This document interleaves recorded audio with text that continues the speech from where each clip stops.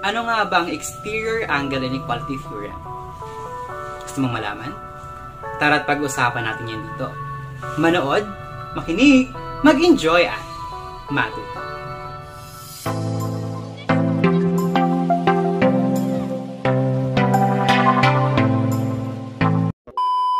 What's up guys? Welcome to my YouTube channel. This is Humor PH. Andito na naman ang pabibo ninyong guro na punong-puno ng humor and willing to give humor. Narito ako para tulungan ka, natulungan ang sarili mong matuto sa pamamagitan ng math pinadali, math pinasaya, at math pina-exciting na mathematics lesson.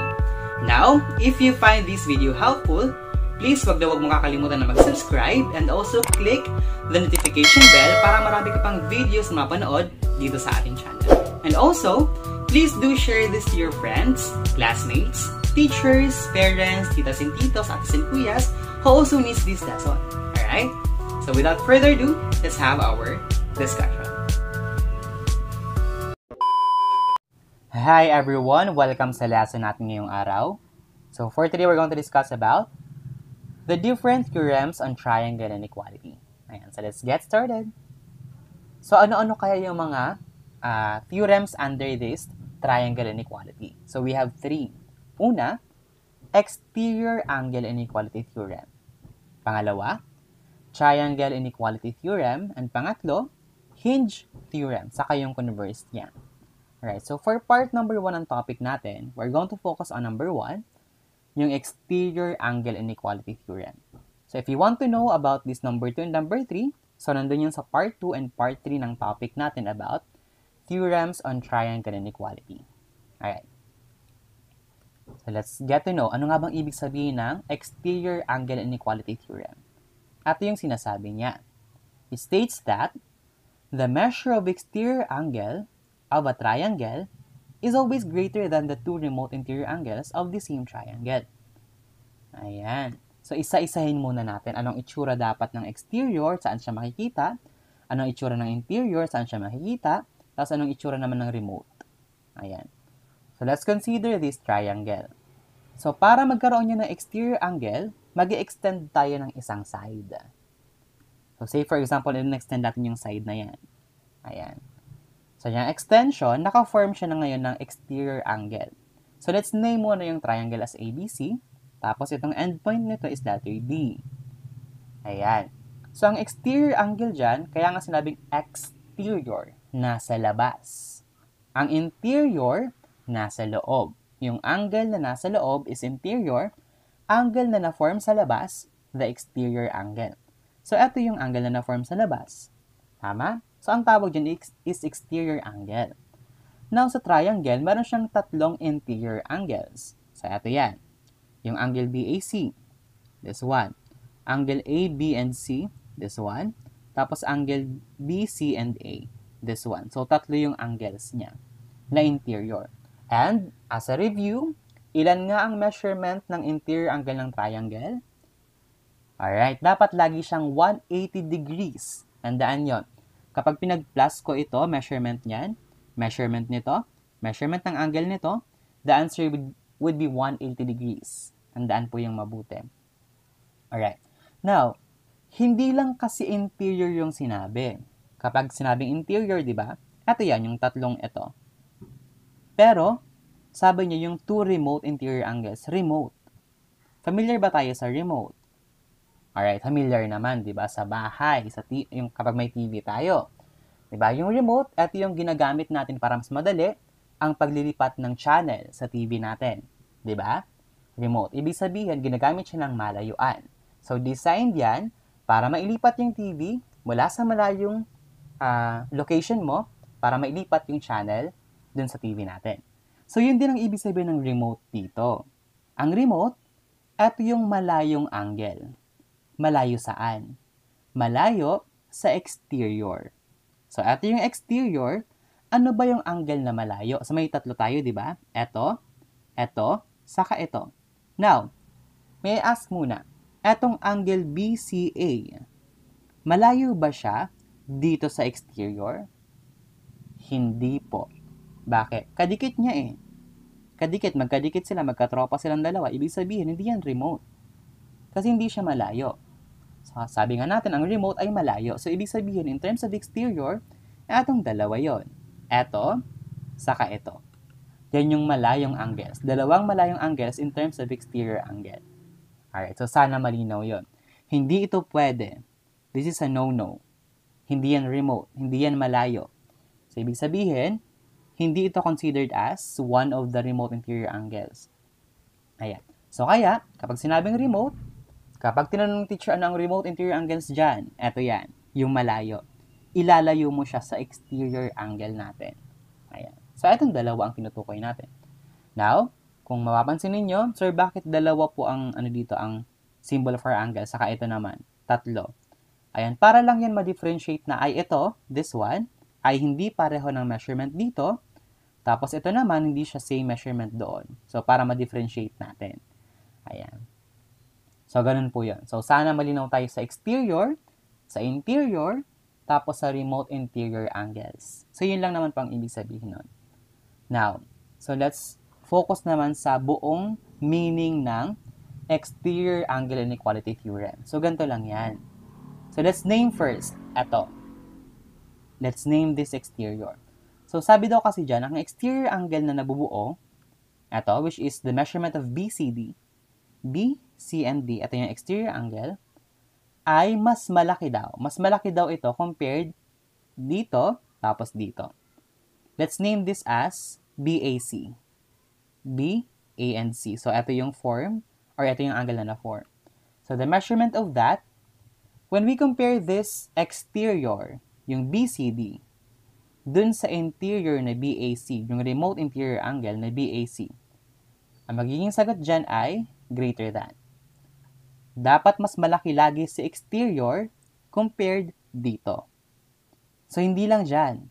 Dapat yung exterior ulit, ibaba natin yan, yung measure of BCD, mas malaki pa din daw siya compared dito sa isa pang remote interior angle. Paano natin papalangalanan yan? That could be A, B, and C.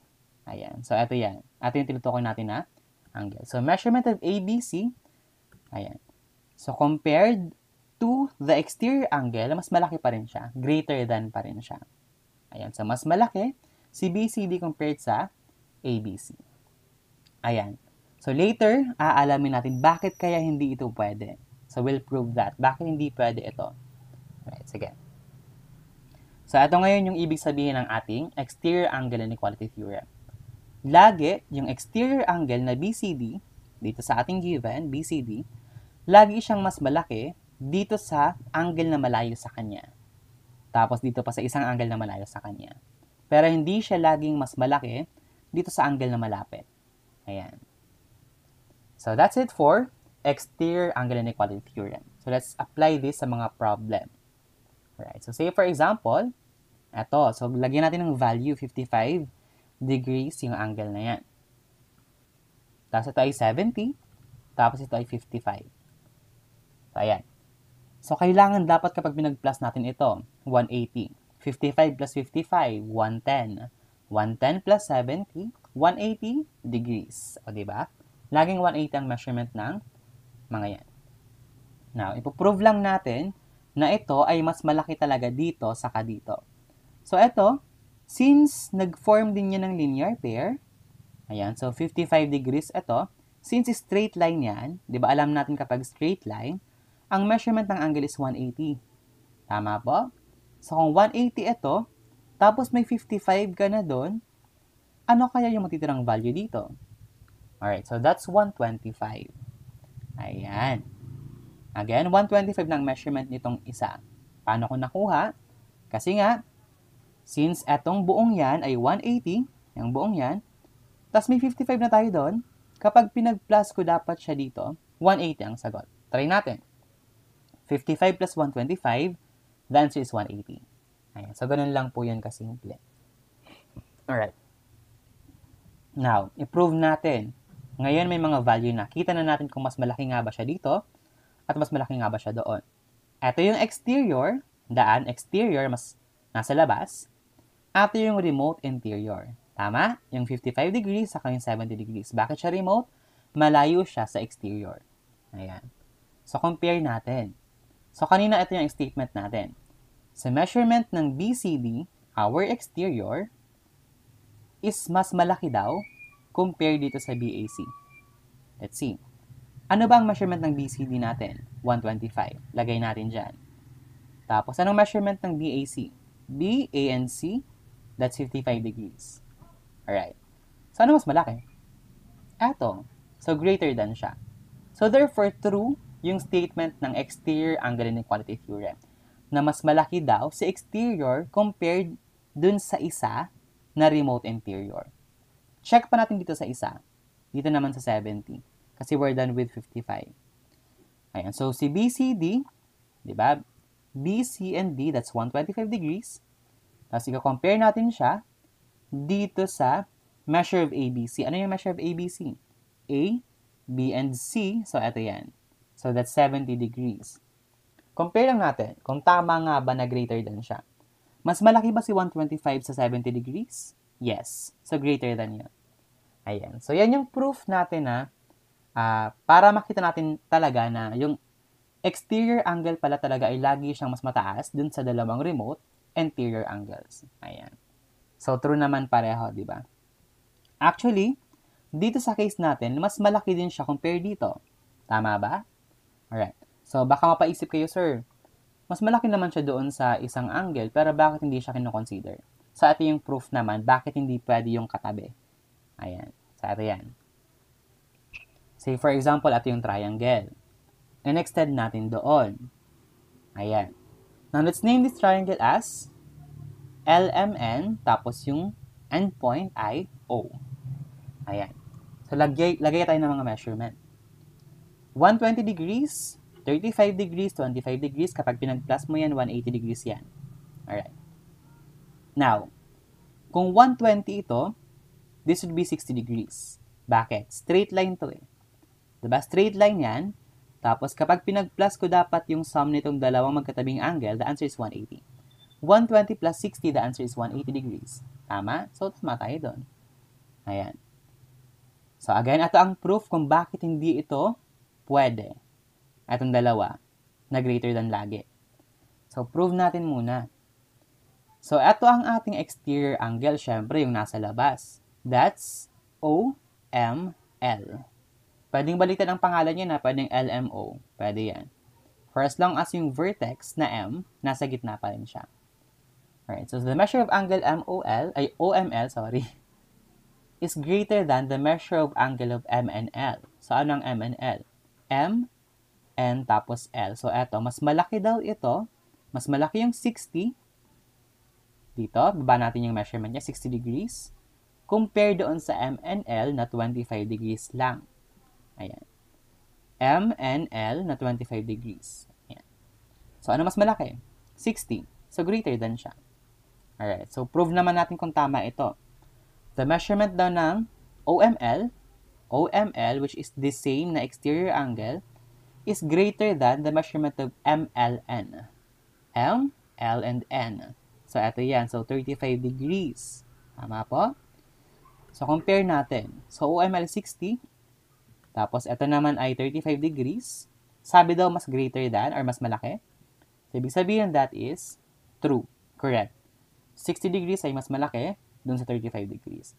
So, true yan dito sa remote interior angles. Diba? Bakit siya natawag na remote?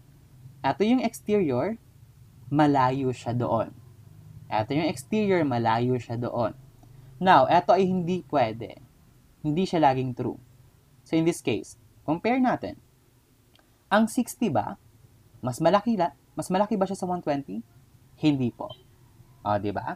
So, kaya hindi pwedeng masabi na laging mas malaki yung exterior doon sa adjacent angle niya or sa katabing angle. Ayan. So, yun yung proof kung bakit hindi pwede or hindi kasama yung adjacent angle or yung katabing angle dun sa greater than na mas malaki sa exterior angle. Hindi siya laging mas malaki. Minsan lang. Pero hindi lagi. Pero ang laging mas malaki, ang exterior laging mas malaki dun sa dalawang remote interior angles. Ayan. So, yun yung explanation doon. Now, so let's have problems. answer the following questions. So, let's refer to the figure given below. Ayan. So, let's have this triangle. Tapos, let's name first the exterior angle formed in the figure. So, ito ang exterior angle, tama? Ito yung nasa labas. So, how do we name that? That's GDE or EDG. It's either of the two. For as long as nasa gitna lagi yung D. G, D, and E, ito yung exterior angle. Ayan, that's the final answer. Kapag tinanong yung exterior angle na pangalan, so ano yun? G, D, E. Or, sir, paano yung binaliktad ko po? EDG? Okay lang, tama yon. Basta yung D nasa gitna. Sana malinaw tayo doon. Yung vertex laging nasa gitna. Now, paano tinanong? In terms of the exterior angle, name the two remote interior angles. Ayan, so ito ang exterior. Ano yung dalawang remote interior? Hindi ito pwede kasi katabi. Tama? So, ito yan. This one, saka this one. So, anong pangalan niyan? Pangalanan mo siya. So, that's DEF. Alright, DEF. Yung DEF, pwede siyang FED. Pwede yon. Basta yung E nasa gitna. Tapos, ito naman kapag pinangalanan natin, that's EFD. EFD or DFE. Pwede yon. Kahit alin dun sa dalawa. So, let's make use of EFD. Ayan. Pero kung baliktad kang sinulat, DFE, pwede rin yun. Basta yung F nasa gitna. Ayan. So, yun yung dalawang remote interior angles. Now, true or false? The measure of angle GDE, this one, GDE, our exterior, is greater than the measure of angle D, E, and F. What do you think? True or false? True. Ayan. Totoo yan, di ba? Exterior angle yan. Sabi ni exterior angle inequality theorem, laging mas malaki ito compared doon sa ating remote interior angle. So, ibig sabihin, mas malaki ito compare dito. So, since a statement naman, the measure of exterior compared to remote interior, mas malaki siya. So, that's true. Alright. So, ganun po yan. Alright. So, sige. Kayo naman. So, let's try kung makakuha ninyo itong mga problem na ito. Alright. Fill in the blank lang tayo. So, you're just going to write kung less than ba or greater than. Less than ito. Greater than ito. Less than nakaturo sa left. Greater than nakaturo sa right. Ayan. So, ito yung figure natin. So, lalagay mo lang kung less than or greater than dito sa blank. Alright.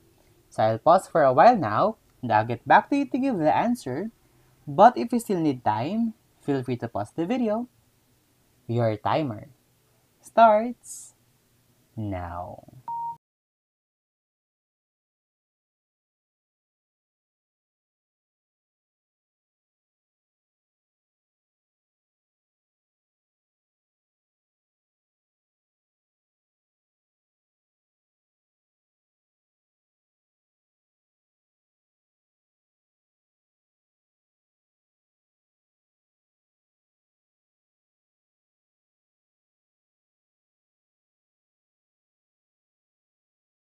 Let's answer number 1.